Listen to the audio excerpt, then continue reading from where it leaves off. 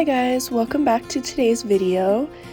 Today what we will be talking about is different things that you should keep in mind before you decide to adopt a guinea pig. But before we get into any of those, make sure you like and subscribe and then hit the little notification bell so you don't miss any of our videos.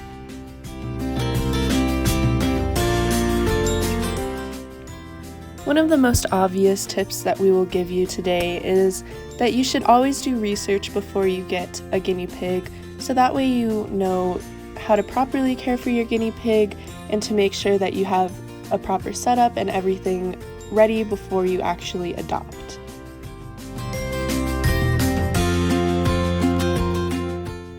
The next tip is that you should make sure that your cage is already set up for your guinea pigs prior to actually adopting them. This way there is less stress on you and less stress on your piggies when you actually do bring them home, because then you'll be able to introduce them to their cage a lot sooner.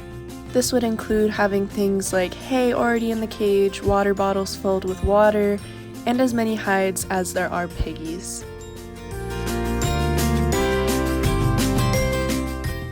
This next tip is a little bit more optional, but if you're able to, I would recommend bringing home your piggies in an actual pet carrier with a little bit of hay and possibly a water bottle to kind of manage the stress of the piggies actually being brought home.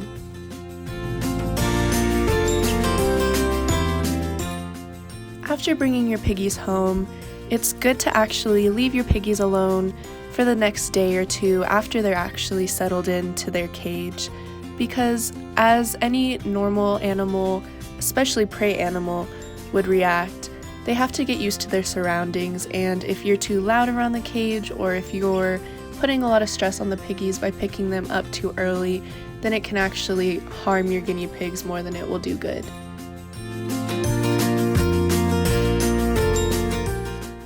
After your guinea pigs settle into their new home, something that would be beneficial is actually sitting by your cage and talking to your guinea pigs to kind of get them more familiar with your voice and to understand that when they do hear your voice that they are in no danger whatsoever.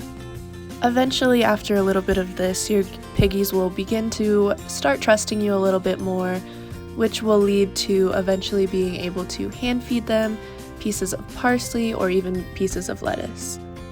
But don't be alarmed if your piggies take a little bit longer to trust you, as every piggy is different and it may take them just a little bit longer to begin trusting you.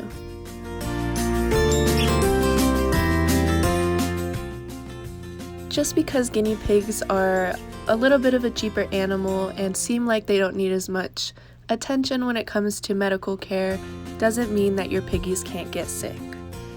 It's very important to be able to identify when your piggy is actually getting sick, because guinea pigs are known to hide their illnesses until it's almost too late. It's also important to research different types of vets and trying to find a vet that specializes in guinea pigs, just to make sure that your guinea pig's health is in the best interest of both you and the vet.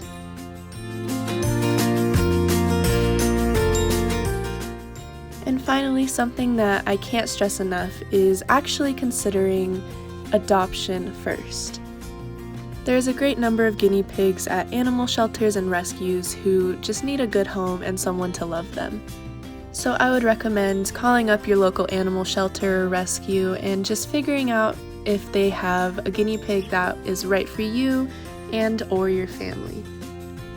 But those are all the tips that I recommend following before actually adopting a guinea pig. These next few clips are going to just be the boys eating and enjoying their dinner. But I hope you enjoyed today's video, and I will see you guys in the next one.